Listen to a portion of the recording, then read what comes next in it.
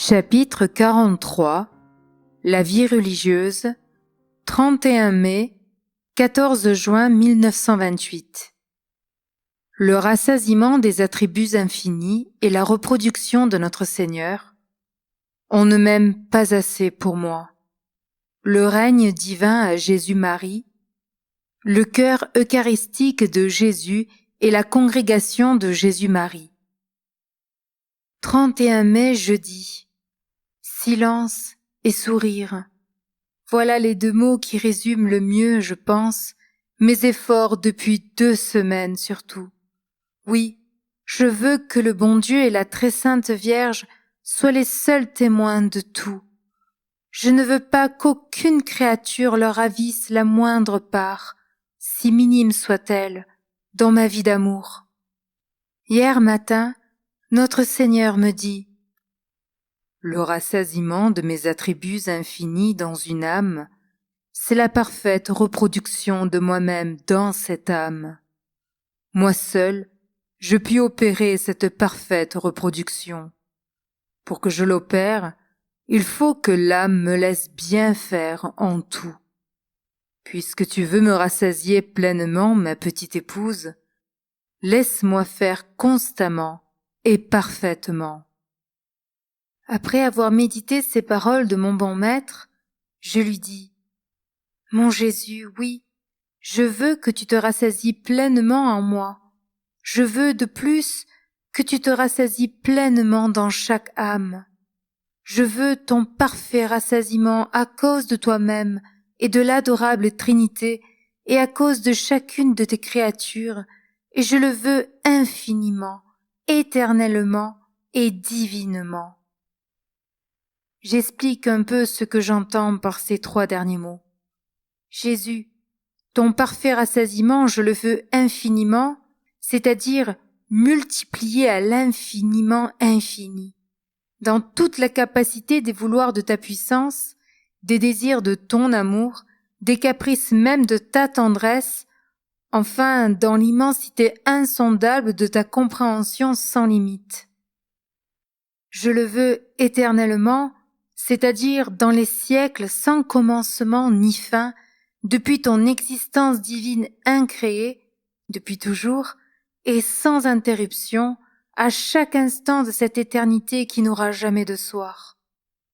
Je veux divinement, c'est-à-dire par toi-même. Un Dieu seul peut rassasier l'infini. Ô Jésus, oui, par toi, je veux rassasier l'éternelle et souveraine Trinité, le Père très saint, ton Verbe adorable et l'Esprit de charité.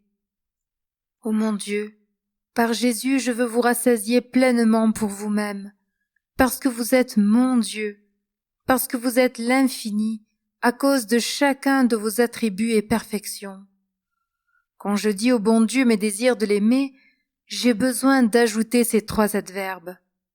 Notre Seigneur comprend par là que je désire pour la gloire de son Père et de l'adorable Trinité tout ce qu'une créature humaine peut souhaiter par l'esprit et le cœur d'un Dieu. Que pour la consolation de son cœur, je désire le salut et la sanctification de toutes les âmes comme il le désire lui-même. 1er juin, vendredi. Ce matin, notre Seigneur était triste, bien triste. Après lui avoir dit avec compassion: « Ô mon Jésus, que tu es triste !» je m'adressai à la Sainte Vierge. « Ô ma bonne mère, que le cœur de Jésus est triste !»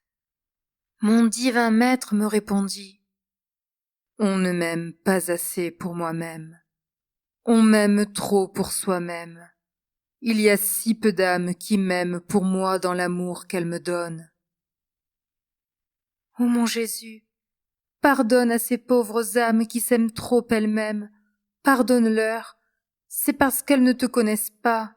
Si elles te connaissaient, elles t'aimeraient pour toi. Le cœur de Jésus reprit: « Si je suis si triste, c'est parce qu'il y a tant d'âmes consacrées qui m'aiment pour elles-mêmes. C'est parce qu'il y a tant de mes prêtres qui cherchent leurs intérêts personnels avant les miens.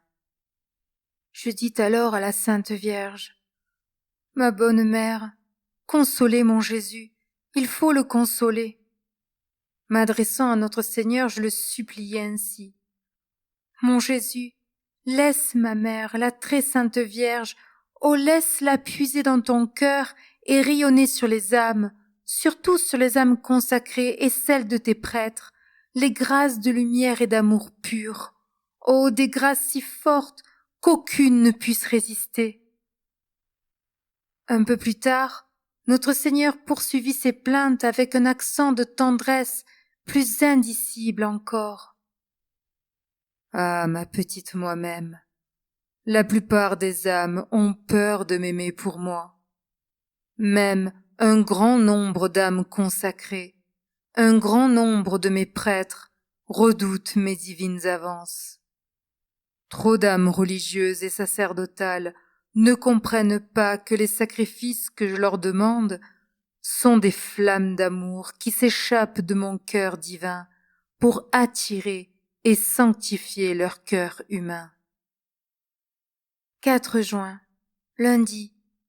Avant-hier, samedi après-midi, j'ai demandé à notre Seigneur de vouloir bien me dire ce qui manque à notre famille religieuse de Jésus-Marie pour qu'il puisse entièrement régner en chacune de nous comme il le désire. Hier matin, fête de la très sainte Trinité, mon bon maître me donna la réponse suivante.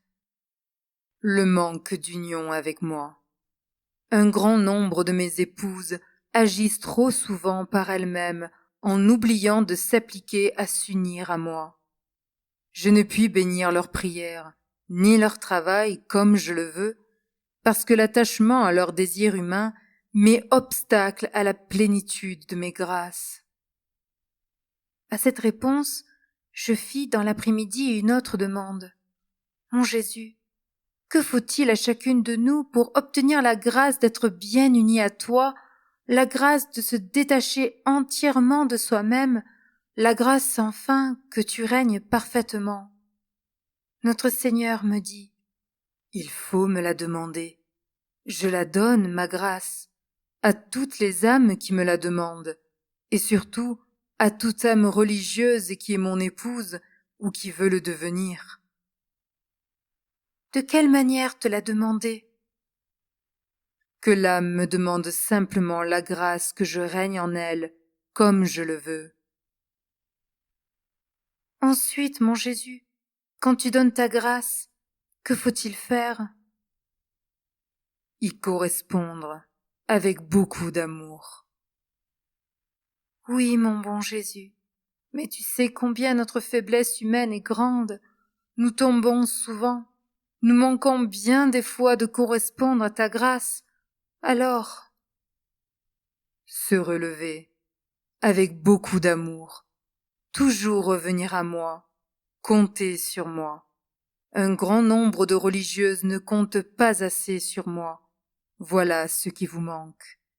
Il faut que vous comptiez sur moi dans tout, dans vos difficultés, dans vos peines, vos luttes, même dans vos chutes et vos manquements. Comptez sur moi sans jamais craindre de trop compter.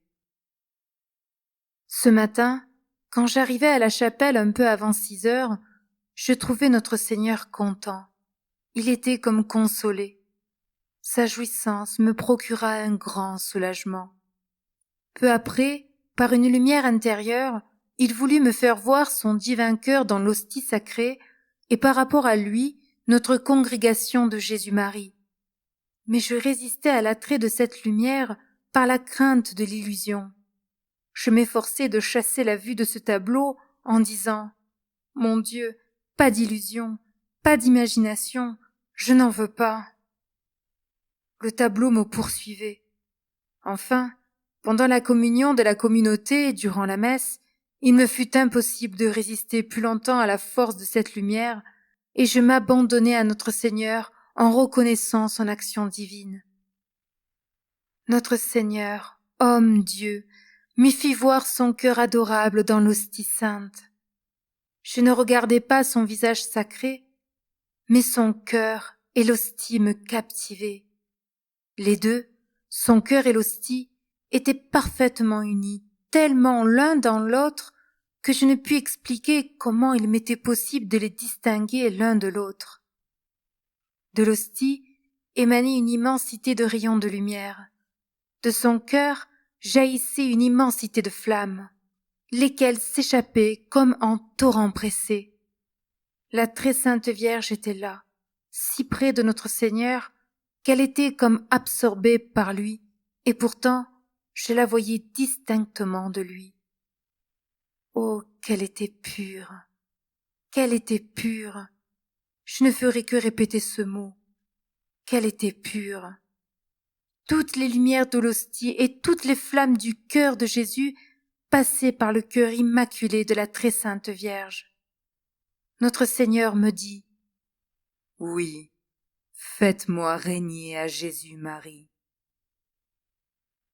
À cette vue, à ces paroles, toujours intérieurement, à genoux, je tombai prosterné comme anéanti d'amour en présence de mon Dieu, et avec un accent de supplication que je ne connaissais pas, je dis: Cœur eucharistique de Jésus, je t'en supplie, par Notre-Dame du cœur eucharistique, règne dans toutes les âmes comme tu le veux.